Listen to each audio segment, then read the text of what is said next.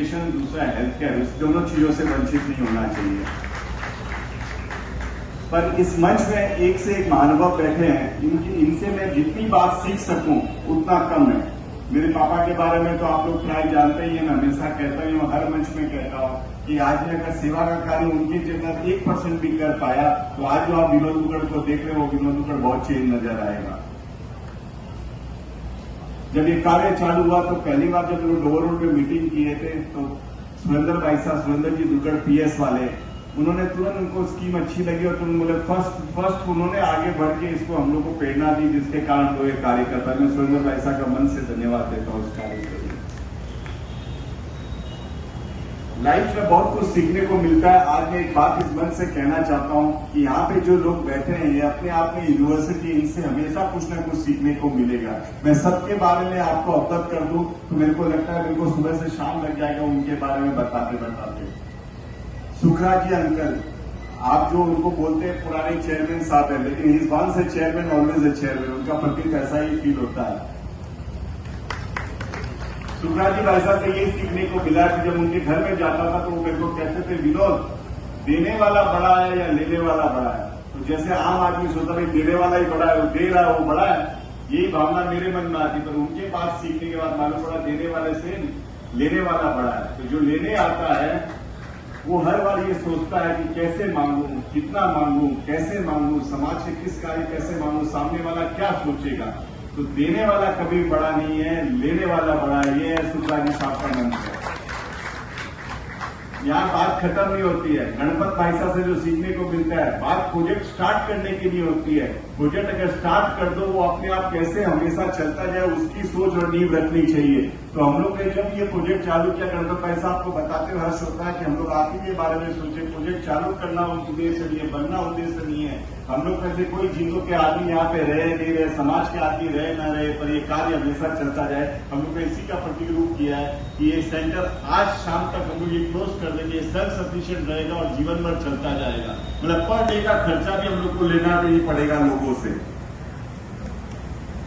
ये यहाँ शुरुआत नहीं होती, अगर खत्म नहीं होती। अगर एक बात शांतिलाल जी भाई साहब से, इनका एक famous Rome was not built in a day, उनकी भाषा में आप सुनेंगे तो और अच्छा लगेगा। मैं बोल रहा हूँ ठीक से बोल नहीं पा रहा, तो वो जब बोलेंगे तो और अच्छे रूप से बोलेंगे। इनका कार्य एक से एक लोगों को जोड़ते जाओ, कारवा बढ़ाते जाओ। और ये जो जीतो का जो फर्स्ट यहाँ पे हम लोग मीटिंग किए थे हिंदुस्तान क्लब में, तो शांतिलाल जी भाई साहब आए थे, वहीं पे लोगों के लिए बहुत उत्साह से जुड़ा। और आज ये जीतो ऑल ओवर इंडिया में पूरे विश्व में फैल गया। तो उसके जो नींव रखने वाले हैं भाई साहब से शांतिलाल जी साहब। मैं जिस आदमी से हमेशा इंस्पायर होता हूँ, क्योंकि मेरे को भी लोग क्या कहते हैं, बोले तुम हमेशा दबंग टाइप का रहता है, जो मर्जी आता है वो करता है। जो मेरे आइडल है इस मामले में काका पृथ्वीराज जी कोठारी, कोई भी कार्य करो देखा जाएगा, हो जाएगा, चिंता का बात नहीं है। तो ये हुनर सीखने के देते भाई पृथ्वीराज जी कोठारी। ये बात मैं फिर कह रहा हूँ, इसलिए बता रहा हूँ, हर आदमी की विशेषता बहुत। आप लोग बिजनेसमैन के हिसाब से सोचे होंगे, इंडस्ट्रिस्ट के हिसाब से बोल रहे, पर इन आदमियों के प्रति, सोशल पर कार्य के प्रति कितनी बड़ी जागरूकता है वो बताने के लिए मैं आपको ये सब कह रहा हूँ। टीम का लीडर कोई भी हो, टीम को एक माला में पिरो के रखने के लिए जो सीख मिली है भाई मनोज जी मेहता से मिली है हमेशा। जब इनके कार्यकाल में जो सेक्रेटरी जनरल थे तो देखते थे किस तरह से सबको लेके चल रहे, ऑल ओवर इंडिया में खुशी बांटते हुए चले, हर कार्य के लिए आगे बढ़ो। नियम भी मानते थे, नियम की छूट भी देते थे और कार्य करने करते थे भाई मनोज जी मेहता। बाकी सब डिग्नेटरीज और एक से एक उज्जवल है, सबके बारे में बताएंगे तो आपको लगेगा कि हम लोग में बहुत ज्यादा कमी है, उसको ठीक करना पड़ेगा। इन विशेष रूप से एक बार बताना चाहता हूं, हमारे जो चेयरमैन यूको बैंक के चेयरमैन साहब हैं अश्विनी सर, जब इनके पास हम लोग कोई कार्य के लिए जाते हैं तो ये इतने आगे, हमको मालूम नहीं कि बैंक के चेयरमैन साहब इतने नीचे लेवल तक सोच के लोगों के कार्य में आगे बढ़ा के करना चाह रहा। तो उन्होंने देखिए एक पीएसयू बैंक हम लोग इस कार्य में सपोर्ट करें, उनको अच्छा लगा कि हाँ ये प्रोजेक्ट अच्छा है, तब जाके उन्होंने सपोर्ट किया। तो मन से हम लोग अश्विनी साहब का हम लोग मन से धन्यवाद देते हैं, उनके पूरी यूको बैंक टीम का। सर यहाँ हम आपके इस मंच में एक अनुरोध करना चाहेंगे कि आपके वेस्ट बंगाल में जितने भी यूको बैंक का ब्रांचेस है उधर हम लोग को इसका कियोस्क लगाने की परमिशन दीजिए, ताकि वहां के हर प्रांत से लोगों को इस जगह का लाभ मिल सके। तो हमसे इस मंच से आपसे अनुरोध है कि कृपा हमें इस चीज का प्रदान करें। इस क्षेत्र में ही नहीं पूरे बंगाल में एक लीडर ऐसा है जो हमेशा नीचे वर्ग में रह के सबका कार्य करते हैं, वो है सुब्रतो अंकल और आंटी।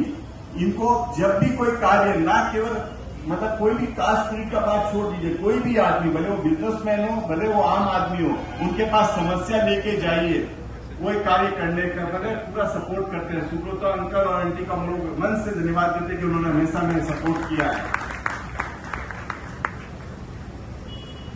जो इस कार्य को ये जो करने में पूर्ण रूप से जो 3 आदमी का विशेष सहयोग है, एक है मुन्ना भैया। मुन्ना भैया के बारे में बता देता हूं। शुक्ला जी साहब, पृथ्वीराज काका, ये मेन रास्ता है, ये मेन स्ट्रीट है, इसको बंद करके ये सेवा का कार्य है जो मुन्ना भैया ने किया है। अंकल ने और आंटी ने हम लोग को आदेश दे दिया, उसके कारण ये हो पाया। नहीं तो जनरली आप वीक डेज के अंदर स्ट्रीट बंद करके अगर कोई काम करे, वो अपने आप में महत्वपूर्ण काम है। जो उनको मालूम पड़ा कि यहाँ एक ऐसा सेंटर बनना है जिससे मास लोगों को फायदा होगा, तो इन्होंने परमिशन दी। तो मन से मुन्ना भैया का धन्यवाद करता हूं। मुन्ना भैया, जब हम लोग विनोद अंकल के यहाँ पे सारे ट्रस्टी बैठे थे, बिक्रम चंद जी कुकलिया, प्रमोद जी, अनिल जी सरावगी, जो हम लोग बैठ के चिंतन कर रहे थे, देखिए कार्य, हॉस्पिटल जो भी कार्य है वो इस तरह का कार्य, मेडिकल में कोई त्रुटि नहीं हो जाए, कोई काम करने में असुविधा नहीं हो जाए। उस जब बात पे चिंतन हुआ तो हम लोग के पास ऐसा हीरा था जिसने ये कार्य पिछले 4 महीने में कंप्लीट करके दिया हुआ है। भाई प्रदीप जी पटवा, प्रदीप भैया के बारे में बता सकता हूँ कि वो जो कार्य लेते हैं वो पूरा करते हैं। जैन हॉस्पिटल जो हम लोग के जिस रूप से चल रही थी, हम लोग उसमें सेटिस्फाइड नहीं थे, हमारा समाज उसमें सेटिस्फाइड नहीं था, और आज Jain hospital is one of the best hospital, जहाँ पे ऑलमोस्ट 200 बेड है, और वो one of the best hospital है, जिसका कारण आज संचालन रूप से चल रहा है, वो प्रदीप भैया के कारण चल रहा है। एक हम लोग पे गो कैटर है, उनका नाम है भावेन भाई। कोई भी कार्य उनको दिया जाए वो कर दे। आज जो इंफ्रास्ट्रक्चर का रूप देख रहे हैं, जो कहानी की हो, भावेन भाई के कारण हो पाया है। भावेन भाई, आप, मुन्ना भैया एंड प्रदीप भाई इज द सोल रिस्पॉन्सिबल कि आज ये सेंटर बन पाया। इसके लिए मन से आपको यही बोल सकता हूँ, पूरी ना जीतो फैमिली, बल्कि प्रत्येक कम्युनिटी की तरफ से आप तीनों का विशेष धन्यवाद है कि आपने ये कार्य कर पाया है। सुकाश भाई साहब, आप आए और आपने तुरंत उदारता दिखाई और आपने ये सेंटर करने का हमें उत्साह दिया। छोटा सा ही सेंटर है, पर पापा का हमेशा कहना है बात मैं हमेशा ये बात को मानता भी था। मैं हमेशा सोचता जो कार्य खुद ही करना चाहिए, पूरा टीम को क्या लेके जाना चाहिए, हमेशा मेरे मन में ये सोच थी। पर मेरे पापा का मन में हमेशा था कार्य कैसा भी हो, पर अगर जितने लोग जुड़े हुए रहेंगे तो वो कार्य अच्छा होता है। समाज के हर वर्ग लोग इसमें जुड़े हुए, और ऐसा ही हुआ। सुखराज अंकल, आपके आने से आज ये सेंटर के अंदर हर जगह में हर आदमी ने आगे बढ़ बढ़ के सहयोग दिया है। जैसे यहाँ पे भाई सुनील जी बैठे, उन्होंने पूरी टाइल्स दे दी, यानी उनको बोले टाइल्स, उन्होंने हर आदमी ने उसका सपोर्ट किया।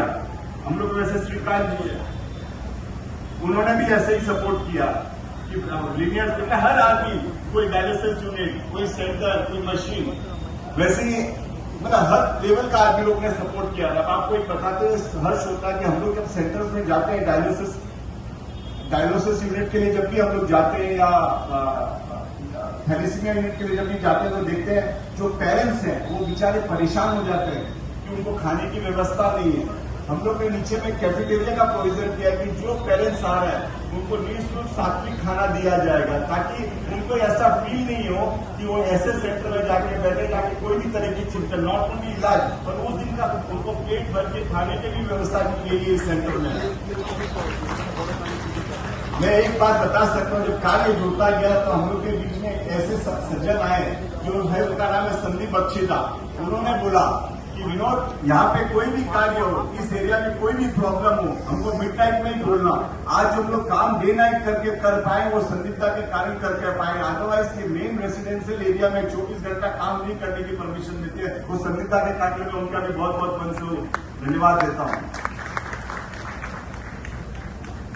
बात जब सोच की आती है तो मैं एक ही बात कह सकता हूँ, विनोद अंकल और हमारे पुराने चेयरमैन साहब Dharmendra ji, Vinod uncle zone chairman थे, और हमारे भावेन कामदार जी उस समय के चेयरमैन थे। तब हम लोग ने डे केयर सेंटर की योजना रखी थी। आज सुबह जब मैं इधर से गुजर रहा था तो मेरे को 2 पुरानी बिल्डिंग नजर आई, तो मैंने भावेन भाई को बोला और मुन्ना भैया को बोला ये दोनों बिल्डिंग मिलनी चाहिए, बिकॉज हम लोग के एपेक्स के जो चेयरमैन अभी करंटली एडवाइजरी बोर्ड के मोतीलाल जी और गणपत जी और सब शांतिलाल जी कवाड़ साहब है, उनकी सोच है हर जगह हम लोग के बच्चों लोग के लिए हॉस्टल होनी चाहिए, हर जगह हॉस्टल होनी चाहिए। तो हम लोग ने सोचा इधर लेफ्ट एंड राइट 2 बिल्डिंग है, तो हमने मुन्ना भैया का अनुरोध किया, मुन्ना भैया आपको मालूम नहीं वो दोनों बिल्डिंग हम लोग को चाहिए, हम लोग गर्ल्स हॉस्टल और बॉयज हॉस्टल बनाएंगे।